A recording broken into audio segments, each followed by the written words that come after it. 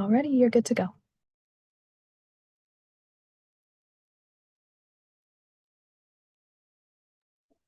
Welcome everyone to the September Sustainability Commission meeting.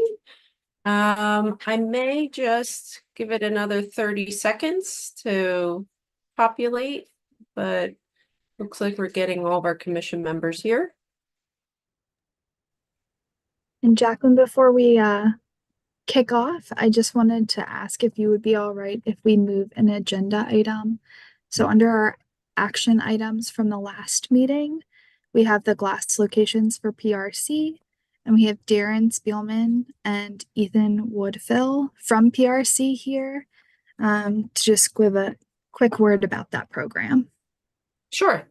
I think everybody would be okay with that. Awesome. And Becca, before we get to the first order of business, after provide a quick question.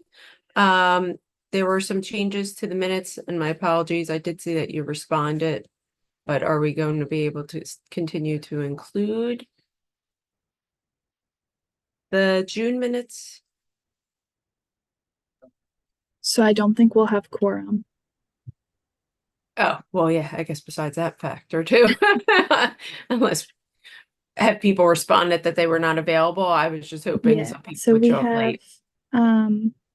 Four folks who reached out that they were not available due to back to school night, media's transportation committee, and some other personal reasons. Okay. It was 4 public members. So Grace, Joy, Crystal, and Steve. And Steve, okay.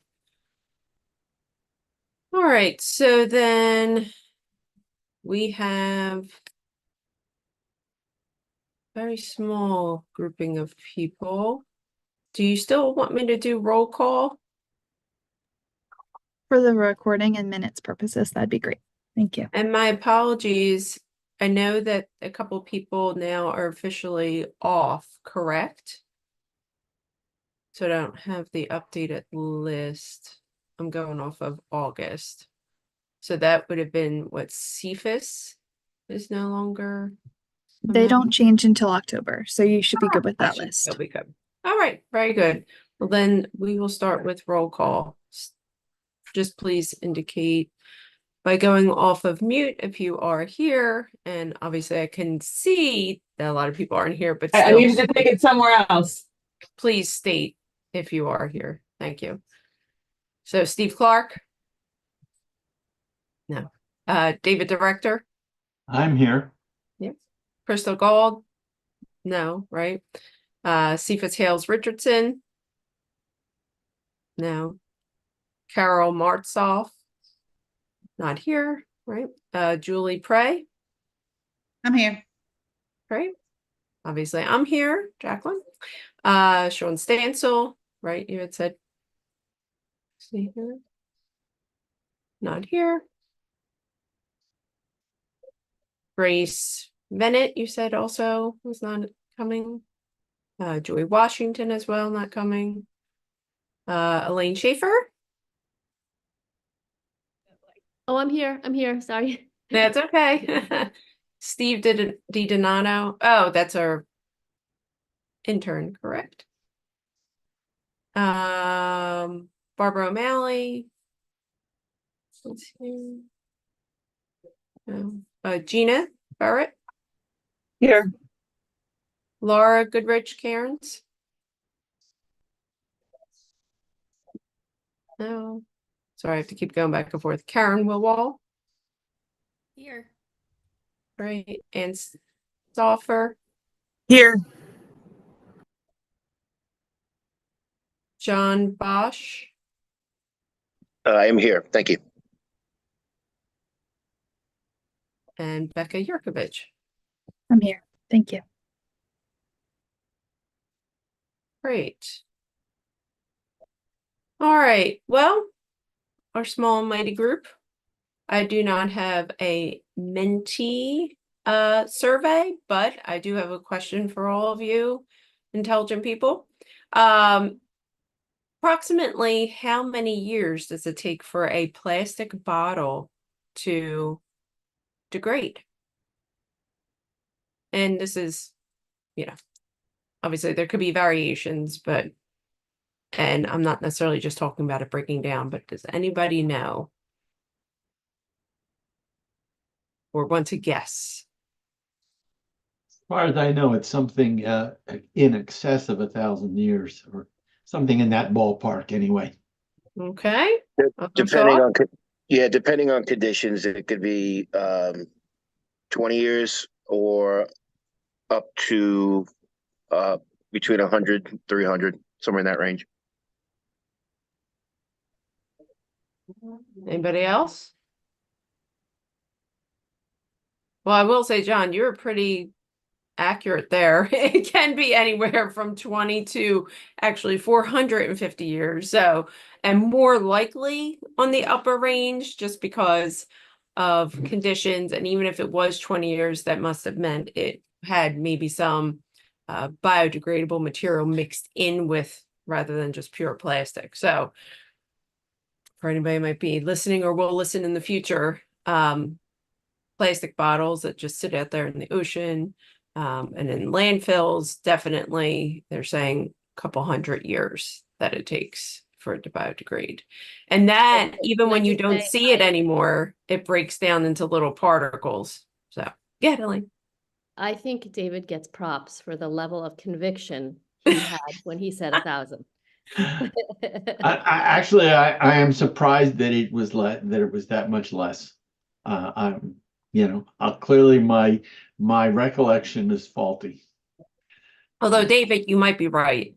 Obviously, we won't know because unless we document this and record it later on for 450 years from now. Yeah, and unfortunately, it will be somebody else who will know.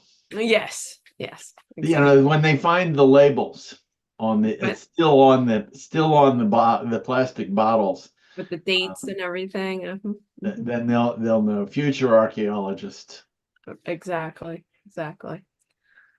All right. Well, that's your depressing fact for the day, as opposed to fun fact. Okay.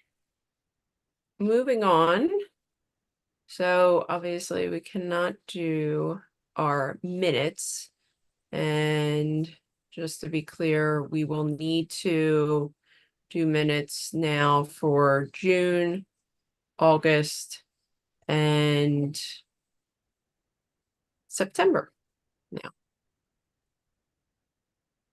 All right, coming up to the agenda.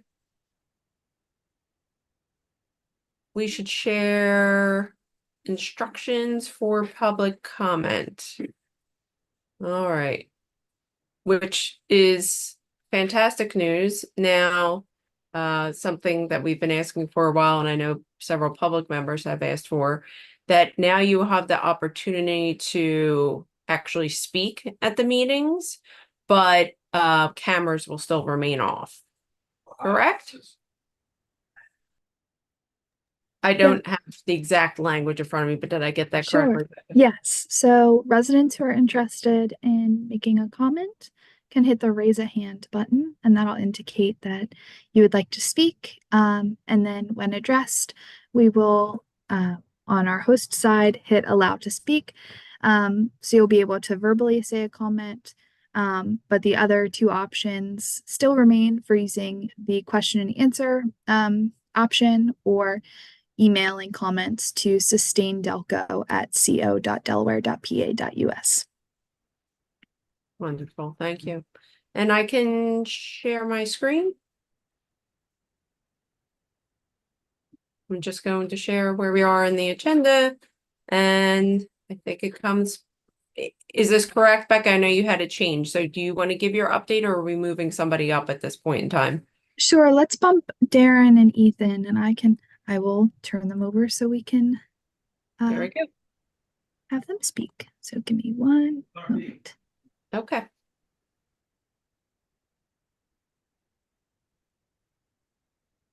Ready? So whenever you guys are ready, Darren and Ethan. There I am. Thanks very much. I'm very excited to be promoted here. Thank you. So, and I will, for today, I'll spare you guys the organizational overview and happy to talk about PRC in general at another time. And hey, Jacqueline and Elaine and Becca and other folks. I'm Darren Spielman. I'm the Executive Director of Pennsylvania Resources Council. And Ethan Woodfill is joining me. He manages our glass recycling program across the state.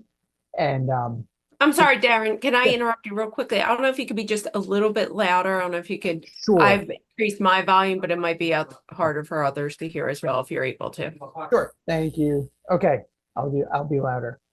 Yeah. So anyhow, PRC is a statewide environmental nonprofit dedicated to the vision of a Pennsylvania where nothing is wasted. And our mission is to steward resources to prevent waste and conserve the environment. I'm just going to talk to you guys a little bit about our glass recycling network in brief.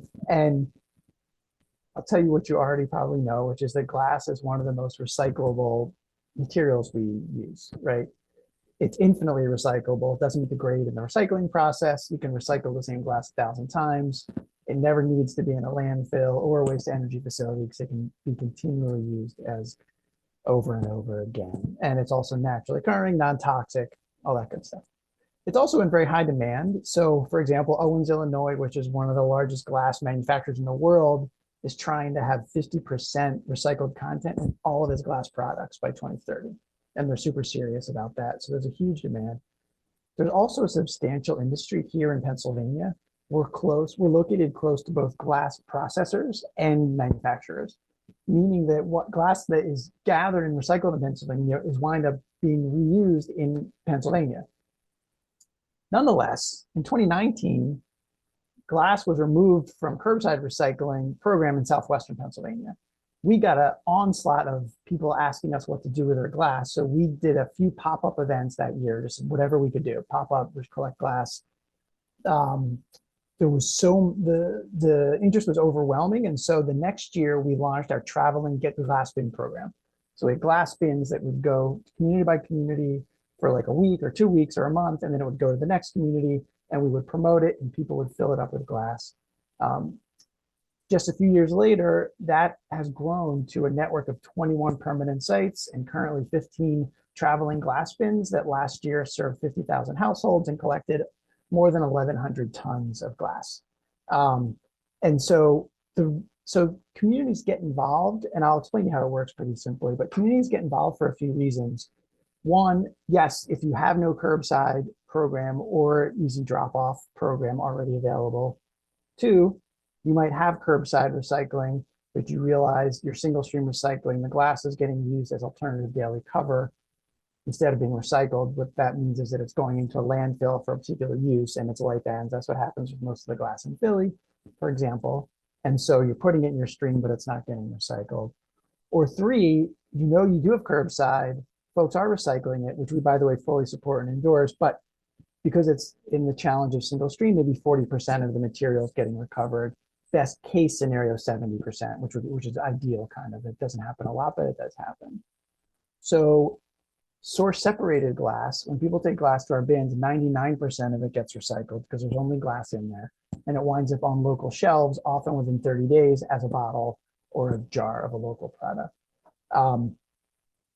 As another bonus, it takes weight out of the recycling stream, which is the municipality has to pay to the private hauler. So, and glass is a heavy material. So there's a benefit to it there.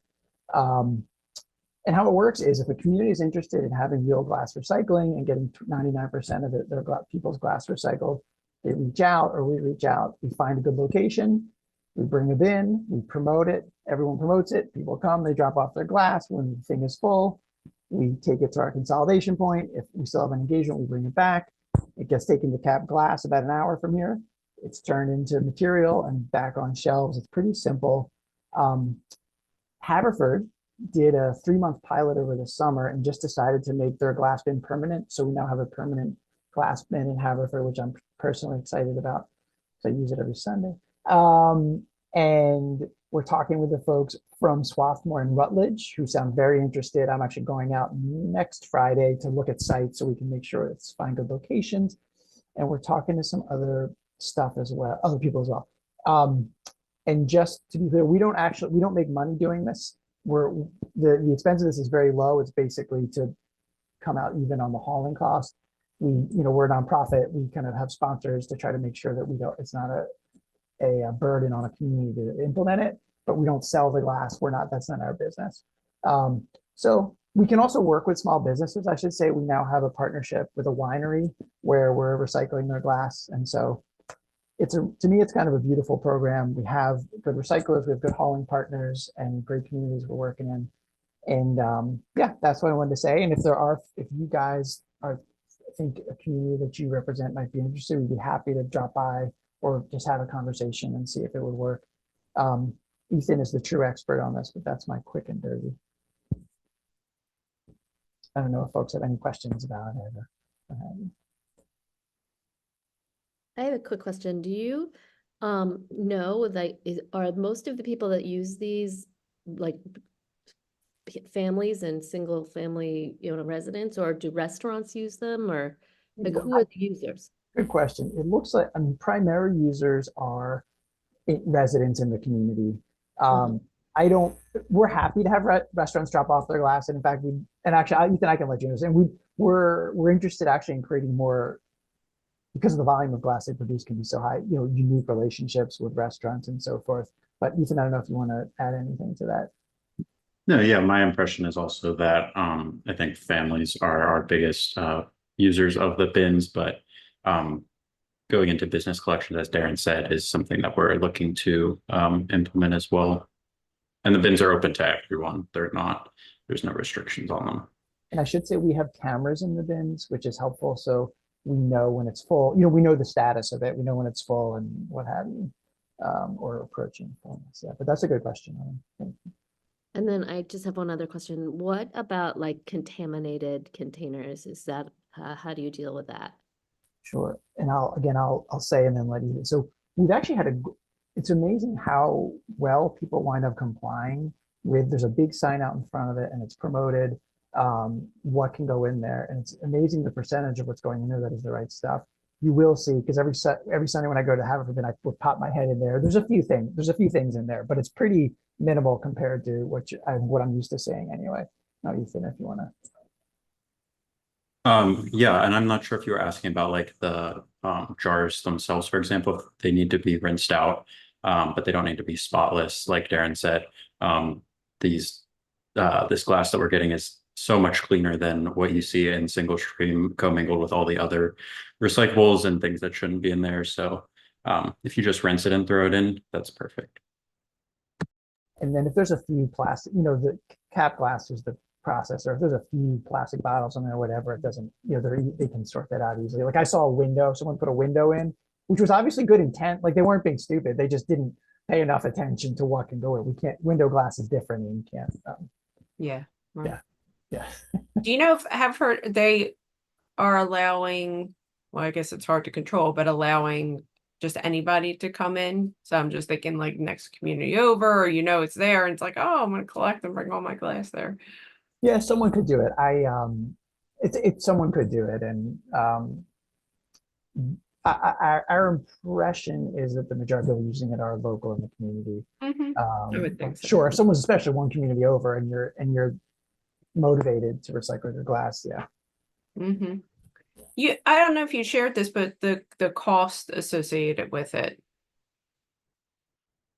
So Okay. sorry, go ahead. Yeah, so we are now, it's only $300 per haul, and that's really it. And so, for example, the bin all summer was at Haverford. It collected 7.5 tons, and there was 2 hauls. Is that right? Wow. Yeah.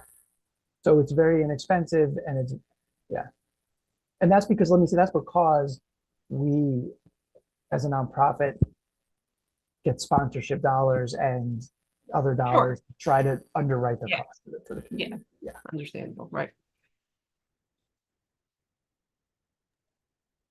Just for sake of sharing with the whole group, because we do have John on from Solid Waste Authority. Darren, do you also want to share our how you guys are partnering with Solid Waste Authority? Yeah, so this is super, and John's awesome. You may not know that, so we have now established it's moving through process, but a glass consolidation point at the solid waste transfer. I'm sorry, at the waste transfer station 1, so that to be super efficient with what we're doing, when the bins are full, the glass will get taken to the consolidation point, and then not until there's an entire truckload will a truck come, fill up the truck with glass and go to cap glass. So Oh, efficient, great. for environmental impact, of course, because you're the least amount of driving as possible, and efficient financially because it's the least amount of driving as possible. Yeah, and so that's a great Great. partnership, and we really appreciate it. And yeah, Darren, I appreciate it as well. I enjoy working with you and Ethan on this project. Glad that we could partner on it. thank you very much. And then where most of these are located are on municipal land. Yeah, for example, the one in Haverford is at the, I guess, the administration building on Darby Road. And we have a lot of success in Southwest putting them in parks, in county parks, and sometimes if they rotate, so it's not a permanent. Some are permanent in parks, but some also in the parking lot. But some will be there for a couple of weeks and rotate around. But yeah, it's usually and we do have a bin out in Southwest in a strip, right, kind of a strip mall area as well. Darren, how big is the unit? It's a 25-yard roll-off, correct? Yeah, so it's a 25-yard bin. Okay. It's a lovely shade of blue. Darren, how would you know if your municipality is actually recycling the glass if it's a single stream? I'm a resident. I'm a resident in Springfield, and they do single stream. But I was just wondering how a resident knows. As opposed to if they're using it as alternative daily cover. Right, right. Yeah, that's not easy. Obviously, no one is going to be anxious to tell you. So that's a fair question. Probably some investigative work has to be done, actually, and snooping. But yeah, I don't have an easy answer, with Ethan or. Okay, fair enough. Yeah, but it's a good. It's the question, right? It's just, I think, yeah. Yeah, you think you're doing the right thing, and you may not be. Most of the major haulers are using it as, not the haulers, the landfills are using it as cover. Right. I know from Philly that someone did do the snooping, and that's the situation, and that's a lot of glass there. So yeah. Republic does, Mascaro does. I mean, most of the bigger ones.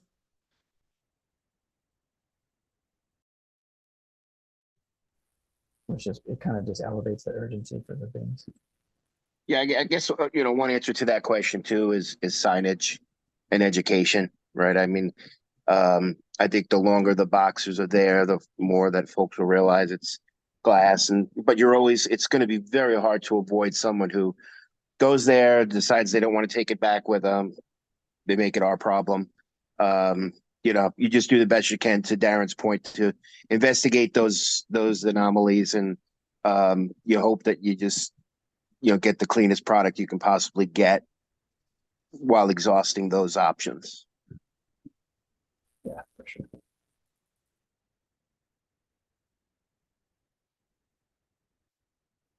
Well, thank you both. Any other questions?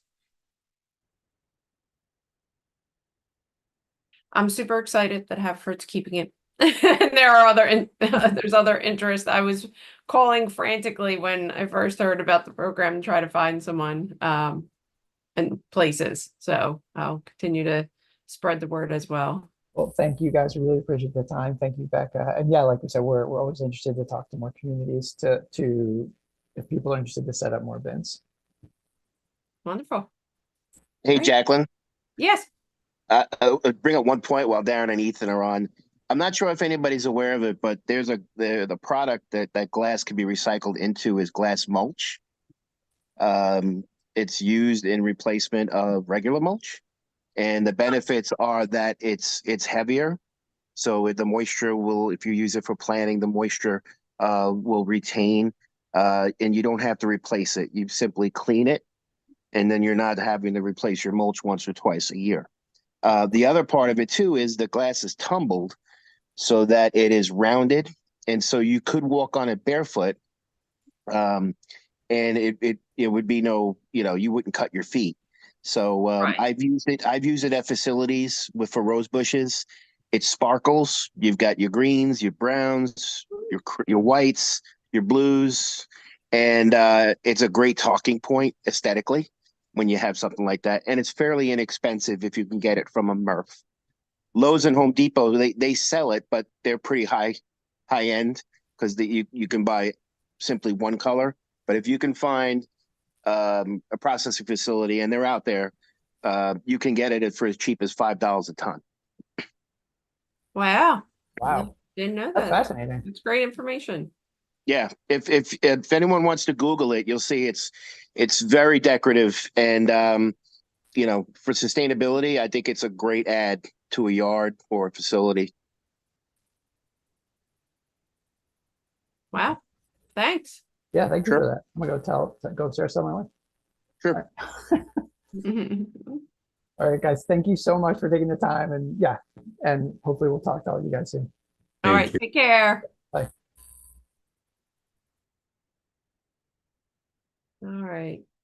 Becca. I guess I will share my screen again. And at this point, I guess see if there's any public comment. If there's any email.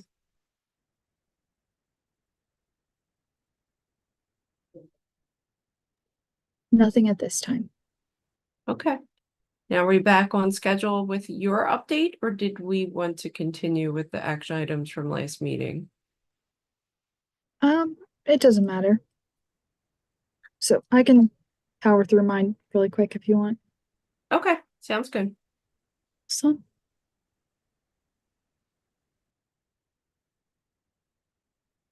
Alrighty.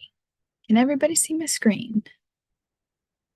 Thank you. So happy to share some updates. And so first on the zero waste plan, and John, please feel free to provide additional context, but I heard on the Solid Waste Authority meeting that the Solid Waste Authority has received the first draft of the updated compliance document. Again, this is kind of following that boilerplate established by PADEP, and they will be reviewing that soon. And then on our zero waste document side, I had told you guys during our last meeting that we would be looking to schedule a meeting with the original 10-year Municipal Solid Waste Advisory Committee, as well as the Sustainability Plan Zero Waste Subcommittee, to allow them to provide additional content or comments, about the draft, just to see if there are any other changes that should be made to really ensure that now that we're adopting the plan as a zero waste plan specifically, that it is as strong as it can be for the new audience of general members of the public.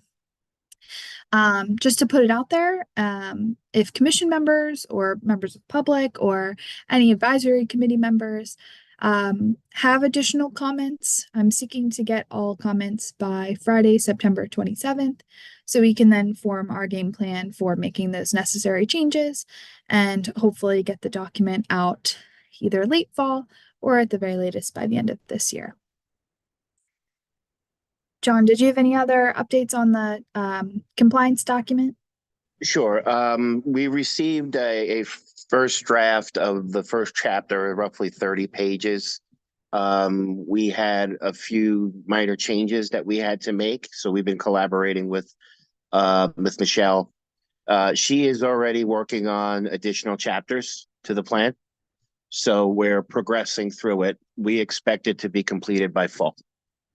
Or I should say fall starts in a week, but at some point in the fourth quarter.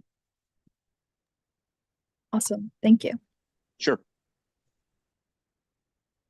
So other updates, so looking at some of our grant funded projects, during our last meeting, I had mentioned to you that we were applying for a U.S. Department of Agriculture composting and food waste reduction grant that would provide for a pilot composting program within our communities. That's in partnership with the Chester County Solid Waste Authority and the Chester County Planning Department. Happy to say that that application is in and submitted. And additionally, we squeaked out 5 different letters of support. So these communities would serve as the first pilot communities for Delaware County if accepted. And that includes Chester City, Upper Darby, Radnor, Swarthmore, and Lansdowne. Additionally, this has been a long one coming. So our tree canopy study, which is funded with a local share account grant, is underway. We had a project kickoff meeting with members of Save a Tree Consulting Group and the University of Vermont Mapping and Data Innovation Group. And they're currently in the process of doing all necessary data collection. So this includes remote sensing and other data layers so they can build that robust map and analysis of the county's tree canopy. And this is over time. So they'll be able to look at historical data as well as current data and show how it has changed over time. And then the last one that we currently have kind of hanging out there, just so nobody forgets about it, we did submit a grant back in June, the Energy Efficiency and Conservation block grant through the Department of Energy. And this is for LED replacement in the government center. We haven't heard back yet, but so long as that project was meeting all eligibility requirements, it's essentially guaranteed an award. Some other things I just kind of wanted to put out there in case folks know of great funding sources. So we are currently looking for funding sources for our annual conference. We're also looking to utilize the PADEP Environmental Education Grant again. But if anybody else knows of funding sources that might fit for that event next year, we'd love to hear them. Also, on our most recent county council agenda, there was an action item to remove solar panels from our garage roof as the roof is due for replacement. And they obviously can't do that with the panels on the roof. And due to the age of the panels, they are not slated to be put back on, but we are actively interested and seeking funding to replace the panels which are being removed. So if anybody knows of great programs for funding solar, please feel free to send those my way as well. Some other projects that are ongoing, just like rapid fire, the climate vulnerability mapping tool, which I had mentioned. We met with the GIS department and have determined all data layers and are beginning project development with that. We are also working with our IT department to create a sustainability plan tracking database, which would allow us on the back end to be effectively tracking all 293 actions. So this will help with effective data reporting for annual reports, as well as providing up-to-date information for members of the public. In terms of SUPSPA, which is the Sustainable Energy Partnership of Southeastern Pennsylvania. In our last meeting, we had mentioned that there was a vote for the renewable energy policy.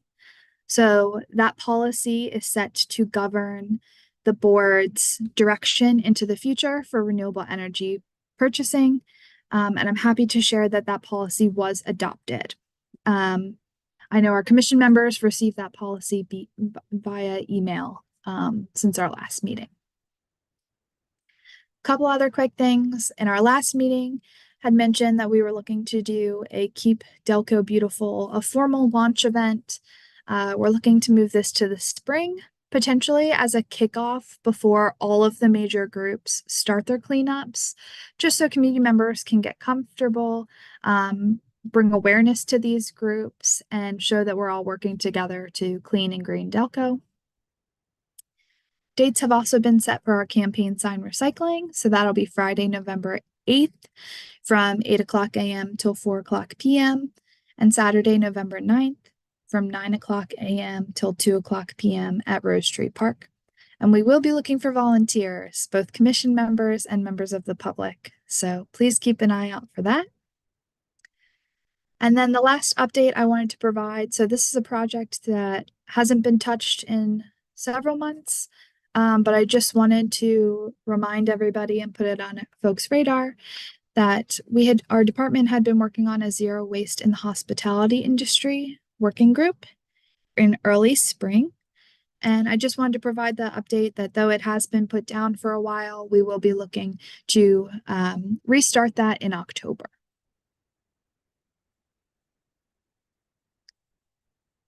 Some new projects that are underway since our last meeting. So first that I'm very excited to share. So the Office of Sustainability is partnering with Solarize Delco to host a solar tour in the week of October 7th through the 13th in alignment with the National Solar Tour. We'll be hosting sites throughout the county in which residents can go visit during a certain time frame, and they can learn more about residents, schools, and municipal installations. So they'll be able to learn kind of the process that entity or resident went through to get them installed, what the costs look like, and just be able to ask questions in a, I'll say, more easygoing fashion. So you'll be on site at the solar and have lots of opportunities to learn about implementing in your own communities. One act of assistance, I guess, that I'm looking for from you guys is we are very heavy in sites up in the Haverford area, because that's where Solarize Delco is based out of, but we are looking for more sites in southern and western Delco. So if anybody has a friend that has solar that might be okay with people coming and asking questions, please send them my way.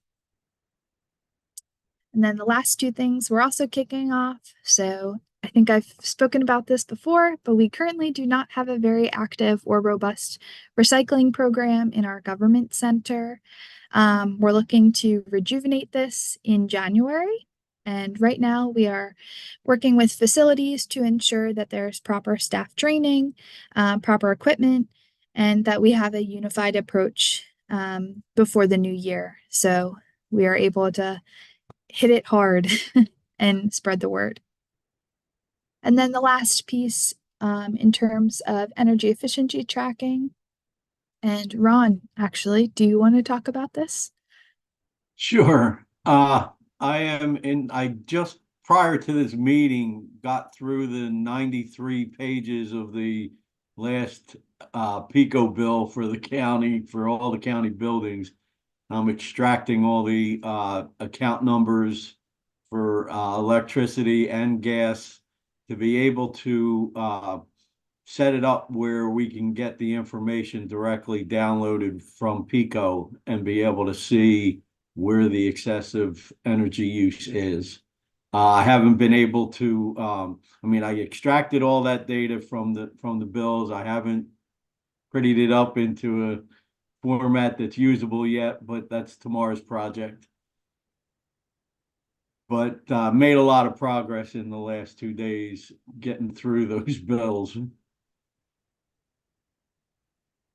Yes, and thank you, Ron, for doing that. So at the end of the process, our PICO bills for the county will be directly uploaded to Portfolio Manager. And eventually, if we do sub-metering in our buildings, we'll be able to benchmark. Right now, the county cannot necessarily do that for all of our buildings because we have several buildings serviced by 1 meter, but this is an incredibly important step to get there in the future.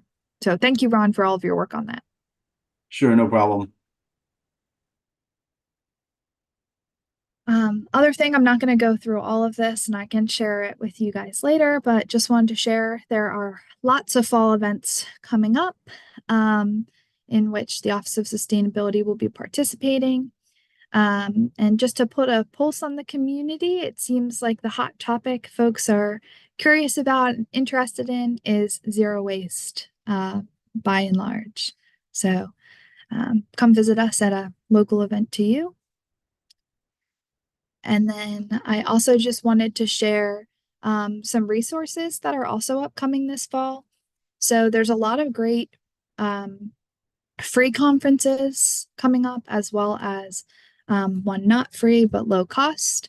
So the Pennsylvania Green Government Council and Penn State Sustainability are hosting a virtual Sustainability Week, October 7th through 11th, in which they'll be providing webinars throughout the entire week on a variety of different sustainability related topics. And the U.S. Department of Energy is also hosting a Justice Week, which focuses on justice in our energy sector. And that's October 22nd through the 24th. And those events are both free. And then lastly, Keep Pennsylvania Beautiful is hosting a summit for community stewardship on October 16th and 17th in Scranton. And I believe registration for that event is somewhere around $100. And that's all I got. So does anybody have questions?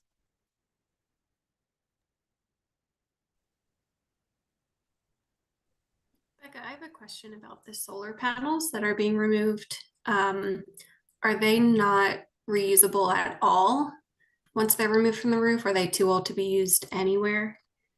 Sure. So I believe because of the age, it's determined they're not efficient to be put back on. So these panels were installed in 2007. And it's my understanding that each year panels lose a little bit of efficiency. So it was determined it wasn't worth putting those back on our building. I am working with Public Works though to ensure that those panels are recycled rather than going to landfill. Okay, I'm wondering if let me point out just to add a little bit to that. That you have typically they consider a panel beyond its useful life when it gets to be down to 80% of its original capacity or something in that its original output. But keep in mind also that it's not simply the 80% of its original capacity. It is 80% of the 15 years ago state-of-the-art original capacity. And so new panels that you install today are going to produce far more output per square foot of panel than the old ones that are being removed. So that's another reason why that makes sense. Now that said, if somebody had some use for them, in their backyard, and they are certainly reusable if somebody gets them for free and has something they can meaningfully do with them. But they're not in terms of efficient use of the space on the roof and so on. that makes sense. Okay, thank you.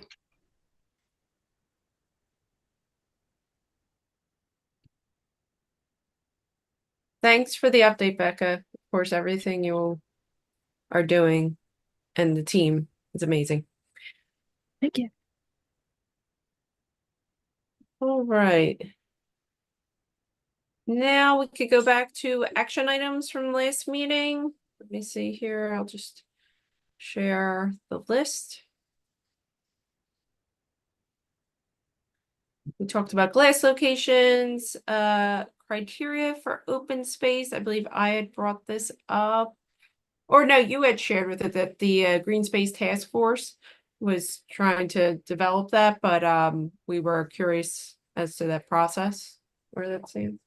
Sure. So as kind of a recap, I had done a presentation for the Delaware County Green Space Task Force maybe in June.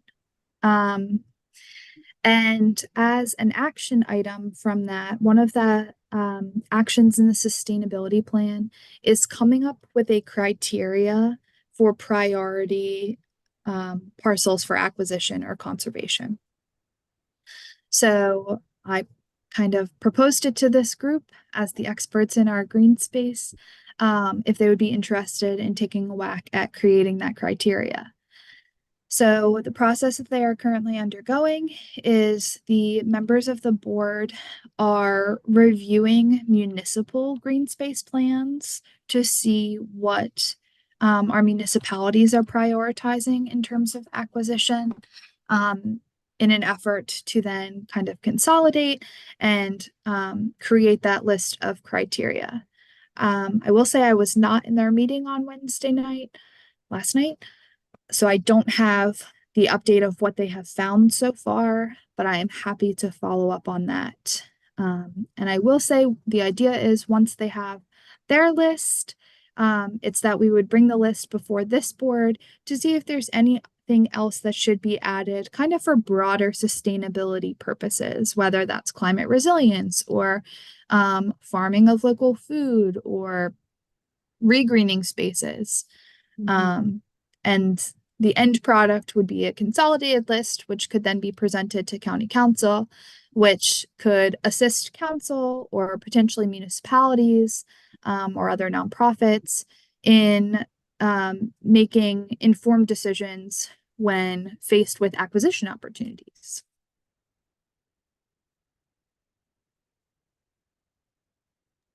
I would also say something that I've seen happening in other places like New Jersey is looking at spaces for flood parks. So where there's flooding and you want to have green spaces and, you know, it's not necessarily like a huge parcel of land, but even like, gosh, an acre, I mean, half an acre, right, can make a difference in some of the lower communities where there's a lot of development. And obviously we know of things like, you know, having a park, you know, for kids is great too, but where you could combine or have, you know, just a flood park because it just isn't a right space for a playground, for instance. But yeah, I really can't wait to see that. I know of several spots that would be fantastic that could add to what was like a small amount of land, but you know, if you acquire the other spaces next to it, then it could become pretty significant.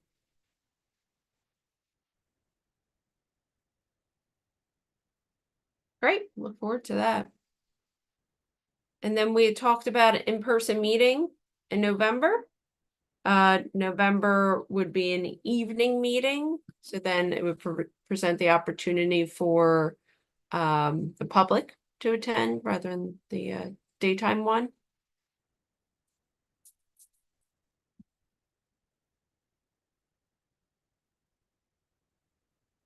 What are people's thoughts about that?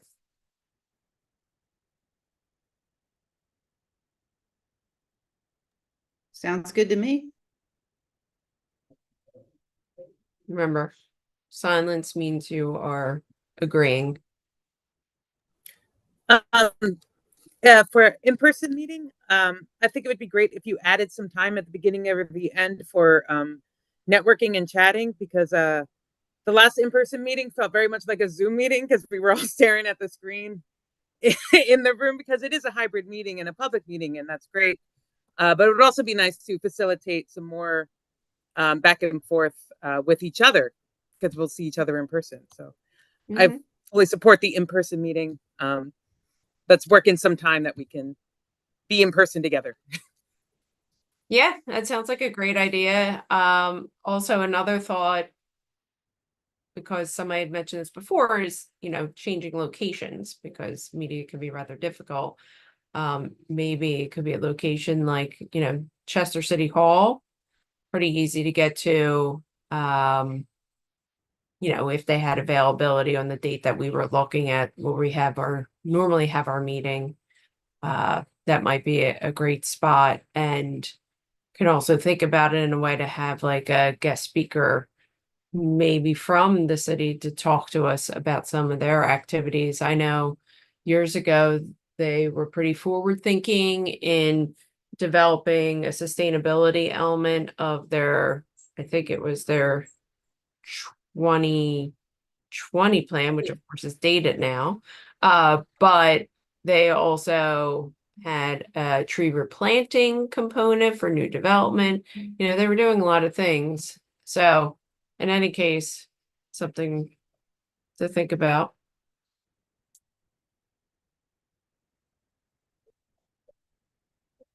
All right. well, Just, we can talk. yeah, just keep in mind that any place that you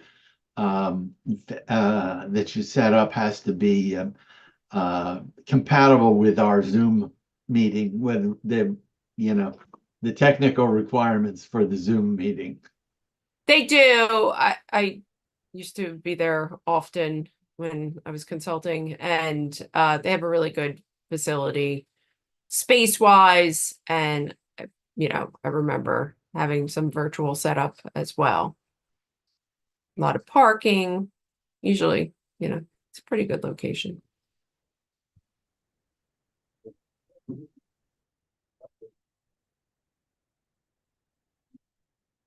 All right, well, we have a little bit of time, right? We could work on that. Becca, I'm happy to help. And then I guess we can try to have something decided by October when we meet again. That would be the 12th, the 14th of November, correct? So the 4th, 11th, 12th, 13th, I believe. Thursday, November 14th at 14th. 6. Okay. Yep. Great. All right, moving on to new business. Getting individuals to comment on DVRPC's Delaware County Trail Crossings Toolkit. Becca, can you elaborate there? Sure, and I'll punt it over to Gina. She's still.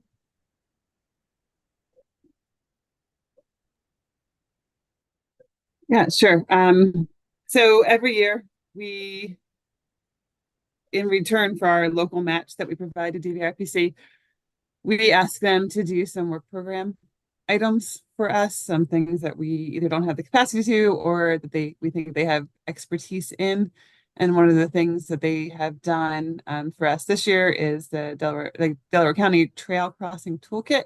So looking at sort of 5 of the best practices for various types of trail crossings, depending on the speed of the roadways, what we're trying to cross, what kind of traffic volumes are on those roadways, to help as we are working towards developing more trails, to make it a little bit easier to identify when would be the best type of trail crossing for a particular location.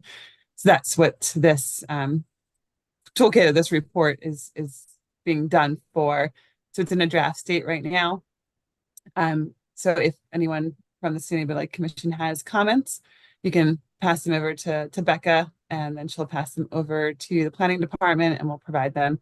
We'll kind of go through them, along with our comments and incorporate them as we see fit, and then pass them along to DVRPC to incorporate. The Trails Alliance is also taking a look at the report currently as well, to get their comments on it as well. So just one of those, another thing to help us as we are working to improve and build more trails through Delaware County. So happy to answer any questions if anyone has any questions. Yeah, I just had a simple question. I wasn't quite sure. I read the document, a really nicely done document, but I wasn't quite sure exactly who the target audience is. Is this internal for the planning department? Or it's more that, I mean, it's open. Anyone obviously is welcome to read it, and it will be a public facing document, but it really is more of a technical document. So more meant for us and for any consultants that we work with in the future on trail projects. It's not really meant, it's not, because of the nature of what it is, it's building trails. It's meant for more of a technical audience than something that's more public facing. So, okay, so this is something that you will be using yes. in doing your planning work. Okay. Correct. Really yep. fine. That's what I imagined, but it wasn't really obvious. Yeah. No, good question. Well, I just wanted to express my appreciation for everything you're doing to make it Delaware County a more bikeable county. As a cyclist, and it's treacherous out there. So Yes. I really appreciate it because It's we're down to one car here, and if I could bike Mhm. say from Wallingford to Aston, I would definitely do it in this weather. And I don't feel comfortable enough because I can't figure out a way that's not treacherous. So anything you can do, really appreciate it. yeah, absolutely. It's Incidentally, something I noticed this morning in walking back from breakfast, I found myself noticing the way the crosswalks in media violate the standards in the document because our tactile landings are on the diagonal rather than square with the crosswalk. yeah, that's a good pickup. Yes, that's something that they're supposed to lead you in the direction you're supposed to go and not into the middle of traffic. So that was really good. Well, and what's But yeah. discouraging is that they were just installed. Yes, I know. Yes, I know. We as planners, and we kind of get into that nerdy stuff, we definitely talk about that a lot. Like, this is not how these should have been installed and designed. But yes, and our active transport, I will note, just as we're talking about biking and all of trails and these things, our active transportation plan will hopefully by the end of this year be done as well. It's something we're currently working on along with our Vision Zero plan. So keep an eye out.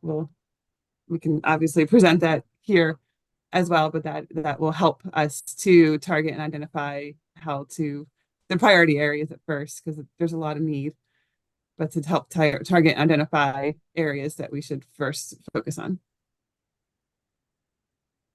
Great, thank you, Gina. Mhm. Any other questions?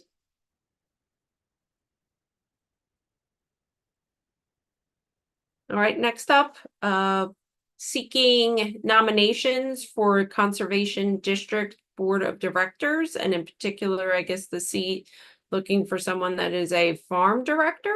Do I have that right, Becca? Yeah, and I'll pump that over to Karen. Thanks, Becca. Aaron. Yeah.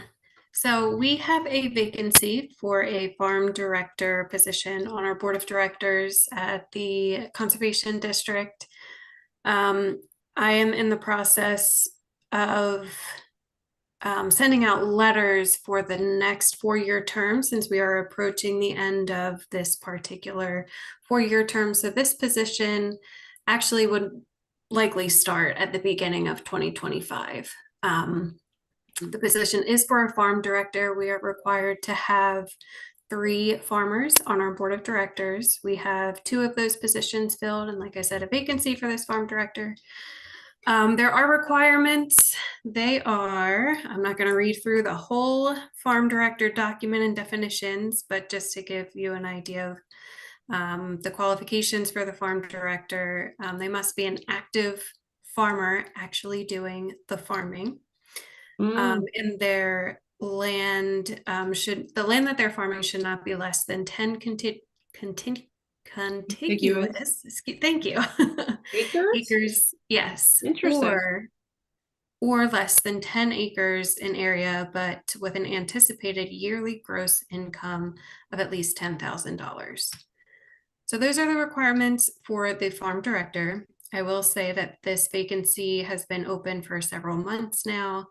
And being that we're approaching the end of the year, and I understand that boards, commissions, or nominating agencies only have meetings maybe monthly or bi-monthly, it might be hard for us to find a director within those timelines. So I may work with the State Conservation Commission to restructure our board composition and see if maybe we can have fewer farm directors, because it is a statewide requirement to have farmer directors, and Delaware County doesn't have a whole lot of farms. So it doesn't. Well, they should definitely lower the acreage. Yes. It is That would an help. or though. Yeah, the stipulation there is that there's that second part. So if it's not 10 acres, then it can be the $10,000 income. Yeah, If that makes but sense. So it's still. either or. Yeah. Have you sent a letter to all the farms in the county? So we have, the Conservation District has nominating agencies. There are certain agencies and commissions, such as the Sustainability Commission, that are approved to submit their nominations for our directors. And their nominations have to fill out a questionnaire. So we did send letters to all of our nominating organizations requesting nominations for the farm director position. But being that we're approaching the end of the year, I'm going to send out new letters saying that we are just seeking to fill a full 4-year term instead of the remaining several months. Yeah. Okay.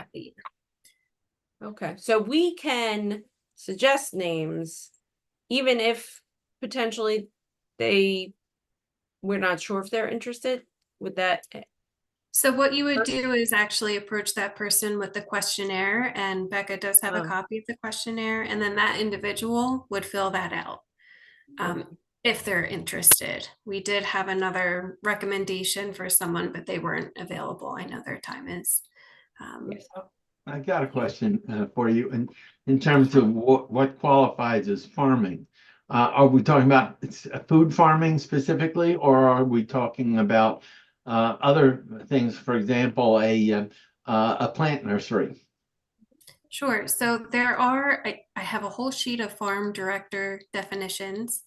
I don't want to read through all of it now, but just to give you an idea, they have to be actively engaged in the act of farming and the production of an agricultural commodity, which has its own definition, and they are part of a normal farming operation, which also has its own definition. And the spouse, I will say, the spouse of a farmer and a retired farmer who previously met those qualifications, they're also qualified to serve on the board. So Becca does have a copy of the farmer director. So Becca, you're welcome to share that with the group if you'd like, and everyone can take a look. Like I said, I'm going to work with the State Conservation Commission and see if we can change that particular requirement, because I think we're having a hard time finding a farm director, and I think we are going to continue to have a hard time finding an individual that fits that definition. But keep an eye out for another letter from me, Becca. And that'll be, since we're looking to fill the expired term, there'll be a set deadline of when we need that nomination.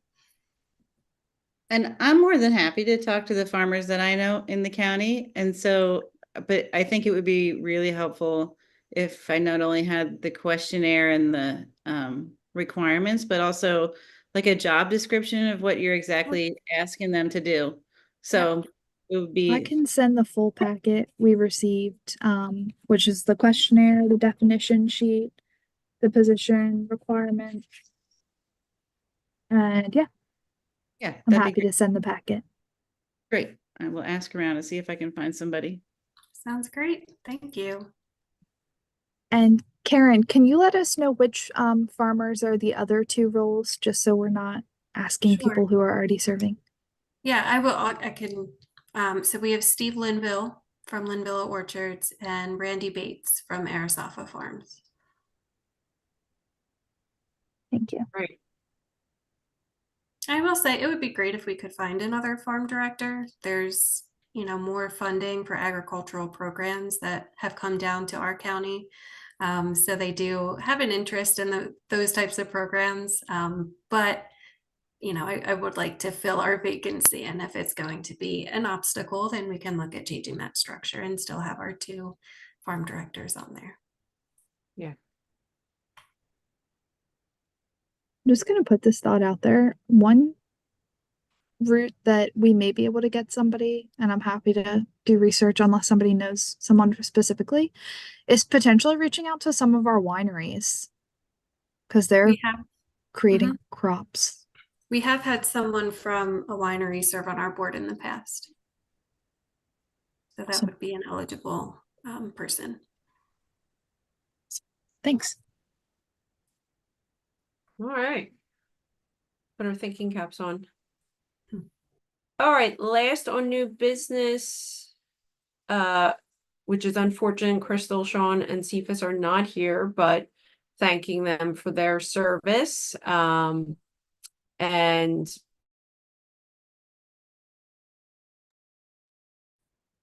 can you hear me? Okay, sorry. My computer just said no internet connection. So they'll watch us and know that we appreciated their time with us. And hopefully they'll still participate in some way in the future, even if they're not on the commission. Jacqueline, do you Again, mind for 1 second? So in their absence, I wanted to embarrass them because I have pictures of all of them. And I just I just wanted to share, so as they are heading out, specifically wanted to call out Crystal, who served as one of our EJ members. She's an Upper Darby resident, and has served the past 2 years. Her main interest in joining was to improve the lives of others through environmental quality and health outcomes, and has been a super active member. And then also wanted to call out Sean, who was one of our founding members. So Sean has served with us the past 4 years as one of our experts in energy. And one of his main accomplishments while on the board was assisting in the creation of the original Greening County Operations document, which served to inform several of the actions in the sustainability plan, which are identified for Delaware County operations specifically. So just wanted to thank all 3 of these guys, and they will certainly be missed.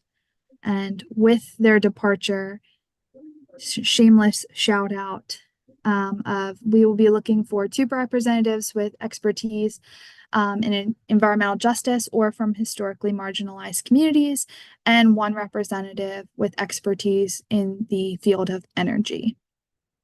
Wanted to make that shameless plug and thank Julie, who has showed interest in returning. yes, definitely. And definitely important to promote that we have vacancies and we need people to get the word out. If you have somebody good in mind, reach out to them, let them know, and tell them to submit. So. All right, action items for next month. So we will want to make sure we can find potentially an alternative location for having an in-person meeting in November that hopefully will match up with the date that we're looking at, and also look into a speaker that is more local for the location that we pick.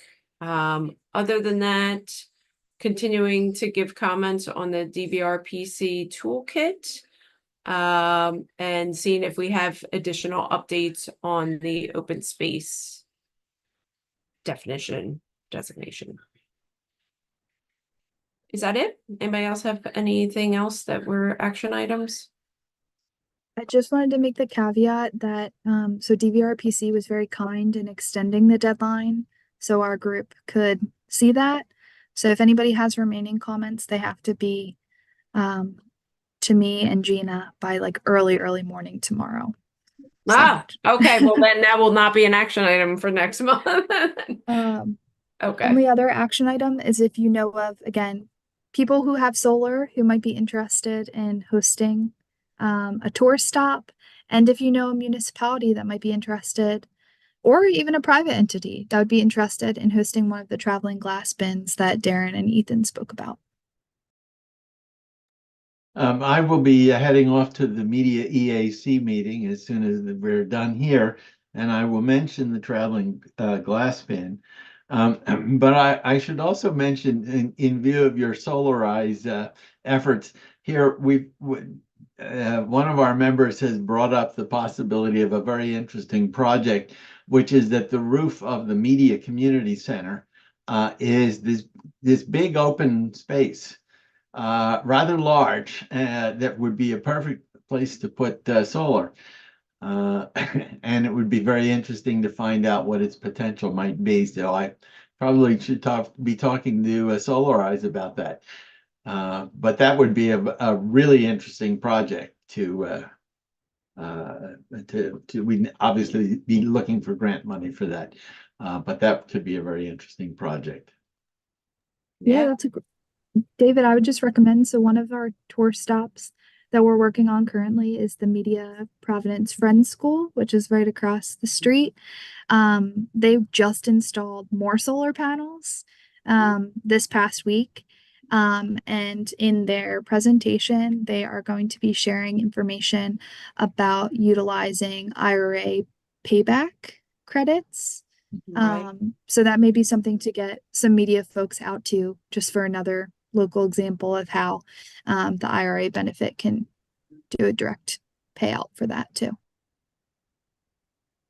Right. All right. Next meeting, October 18th, which will be 2 to 4. Just to note, it is the third week in October because of holidays. So that's why we had to move it, and that was approved before. So that will be a Friday, 2 to 4 by Zoom. And with that, are any other public comments? Oh, sorry. Do you still have like member updates or any? Like, should I just wanted to say, so Delaware County Parks is partnering with Concord Township and Bethel Bird.